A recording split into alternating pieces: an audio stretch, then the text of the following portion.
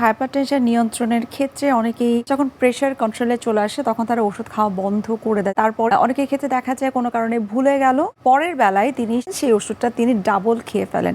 এটার কোনো side effect আছে কিনা? অনেকে এটা করে থাকে, যদি অনিচ্ছাকৃতভাবে হয়ে থাকে যে আমার একটা ডোজ মিস হয়ে গেছে, তাহলে আমি বলবো পরবর্তী ডোজে আপনি ডাবল খাওয়ার দরকার নাই, আচ্ছা, ডোজ কন্টিনিউ করেন।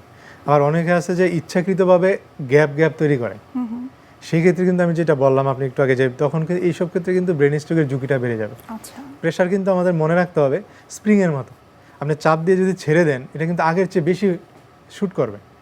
আপনার প্রেশার যদি নর্মাল 160 থাকে বা 60-এর 160 ছিল বলে আপনি প্রেশার ওষুধ শুরু করছেন, আবার মাঝখানে বন্ধ করে দিচ্ছেন, সেক্ষেত্রে কিন্তু আরও এটা শ্যুট করে আরও বেশি বেড়ে যাবে, তখন স্ট্রোকের ঝুঁকিটা বেড়ে যাবে। সেই জন্য ইচ্ছাকৃতভাবে যে গ্যাপ ডোজ করা এটা কোনোভাবেই উচিত না। যদি কারো ক্ষেত্রে দেখা যায় যে তার প্রেশার মোটামুটি কন্ট্রোলে আছে এবং মাঝে মধ্যে দেখা যায় সেটা হাইপার থেকে হাইপো হয়ে যাচ্ছে, সেক্ষেত্রে নিশ্চয়ই ডাক্তারের পরামর্শ অনুযায়ী ডোজ অ্যাডজাস্ট করতে হয়। এক্ষেত্রে আপনার পরামর্শ কি? যদি মনে করেন যে প্রেশার কমে গেছে, তাহলে আপনাকে এক নম্বর জানতে হবে, আমার invariably most of the patient এসে বলে যে ওষুধটা কেন বন্ধ করছেন, যে আমার তো প্রেশার লো হয়ে গেছে। তখন আমি জিজ্ঞেস করি রুগীরে যে লো বলতে কত বোঝায় বলেন, লো কাকে বলে?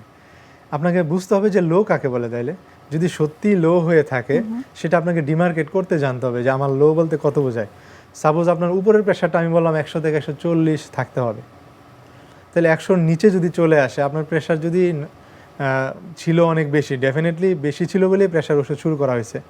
সেই ক্ষেত্রে উপরেরটাই যদি আপনার 100-র নিচে 90-এর নিচে চলে আসে ওষুধ খাওয়া অবস্থায়, সেক্ষেত্রে আপনি একটু অ্যালার্ট হন, প্রয়োজনে ডাক্তারের পরামর্শ করেন, প্রয়োজনে ডোজটাকে হাফ করে ফেলেন, অথবা যেই ডোজে খাচ্ছিলেন সেটাকে আরও কমায় অ্যাডজাস্ট করেন।